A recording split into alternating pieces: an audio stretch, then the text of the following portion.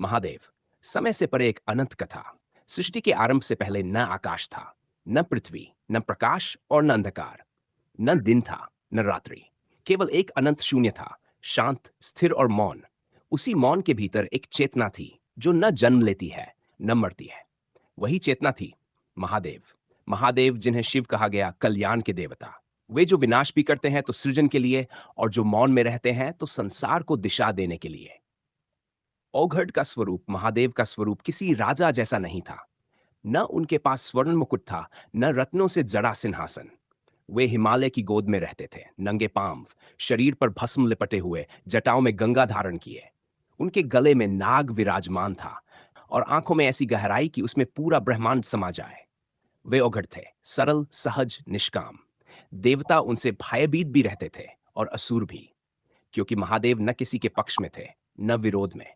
वे केवल धर्म के साथ थे। पार्वती का तप और प्रेम एक समय की बात है। हिमालय राज की पुत्री पार्वती ने निश्चय किया कि वे महादेव को ही अपना पति बनाएंगी। पर महादेव वैराग्य में डूबे हुए थे। उन्हें न संसार से मोह था, न विवाह से। पार्वती ने कठोर तप आरंभ किया। वर्षों तक वे केवल वायु और जल पर जीवित रहीं। बर्फीली हवाएं, तपता सूर्य, कुछ भी उनके संकल्प को डिगा न सका। अंततः महादेव प्रकट हुए। हे पुत्री, शिव बोले, तुम क्यों इस देह को कष्ट दे रही हो? पार्वती ने उत्तर दिया, प्रभु, यह देह तो नश्वर है। यदि इसके कष्ट से मुझे आपका साथ मिल जाए तो यह सौदा मुझे स्वीकार है। महादेव मुस्कुराए। वह मुस्कान ही ब्रह्मांड की सबसे सुंदर घटना थी। विवाह नहीं, चेतना का मिलन। शिव और पार्वती का वह कोई साधारण विवाह नहीं था। वह पुरुष और प्रकृति, चेतना और शक्ति का मिलन था। जब शिव स्थिर होते हैं तो शक्ति उन्हें गति देती है। जब शक्ति उग्र होती है तो शिव उसे संतुलन देते हैं। उनके मिलन से ही सृष्टि में संतुलन बना। तांडव और करुणा, महादेव का तांडव केवल विनाश नहीं है, वह अहंकार के नाश का नृत्य है। जब जब संसार में अधर्म बढ़ता है, तब तब शिव का तांडव प्रकट होता है। एक बार देवताओं ने असुरों से युद्ध में सहायता मांगी। समुद्र मंथन हुआ, अमृत निकला। पर उससे पहले निकला हलाहल विष, इतना प्रचंड कि पूरी सृष्टि को नष्ट कर सकता था। कोई आगे नहीं आया। तब महादेव ने वह विष अपने कंठ में धारण कर लिया। उनका कंठ नीला हो गया, और वे कहलाए नीलकंठ। उन्होंने विष को निगला न नुगला, केवल धारण किया, क्योंकि वे जानते थे कि विष का समाधान उसे नष्ट करना नहीं, बल्कि संयम है। भक्तों के भोलेनाथ महादेव को भोलेनाथ कहा जाता है। क्यों? क्योंकि वे भाव देखते हैं, विधि नहीं। वे आंसू देखते हैं, शब्द नहीं। वे भक्ति देखते हैं, दिखावा नहीं। एक शिकारी था जिसे न मंत्र आता था न पूजा, पर अनजाने में उसने बेलपत्र शिवलिंग पर गिरा दिए। महादेव प्रसन्न हो गए। एक राक्षस ने कठोर तप किया। महादेव ने उसे वरदान दे दिया, यह जानते हुए भी कि वह उसका दुरुपयोग करेगा, क्योंकि महादेव विश्वास करते हैं, नियंत्रण नहीं।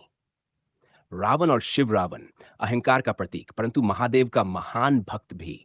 उसने कैलाश उठाने का प्रयास किया। महादेव ने केवल अपने पैर का अंगूठा दबाया और रावण कांप उठा। फिर भी महादेव ने उसे जान दिया, वीणा दी और उसकी भक्ति स्वीकार की, क्योंकि शिव किसी को अस्वीकार नहीं करते, वे केवल परिवर्तित करते हैं। महाकाल, समय के स्वामी, उज्जैन में विराजमान महाकाल, जो समय से भी परे हैं। जहां हर देवता समय के अधीन है, वहीं शिव समय के स्वामी हैं। जन्म, मृत्यु, आरंभ, अंत सब उनके अधीन है। जो शिव को समझ गया वह मृत्यु से नहीं डरता। आज के युग में महादेव, आज जब मानव भटक रहा है, चिंता, अहंकार, तुलना, भय में, तब महादेव और भी प्रासंगिक हो जाते हैं। वे कहते हैं, सरल बनो, कम में संतुष्ट रहो, सत्य के साथ खड़े रहो, और आवश्यकता तो अकेले चलो। महादेव अकेले रहते हैं, पर कभी अकेले नहीं होते।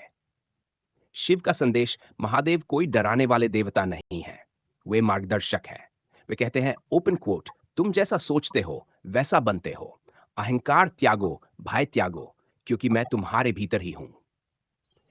अंत नहीं, आरंभ। महादेव की कथा का कोई अंत नहीं, क्योंकि वे स्वयं अनंत हैं।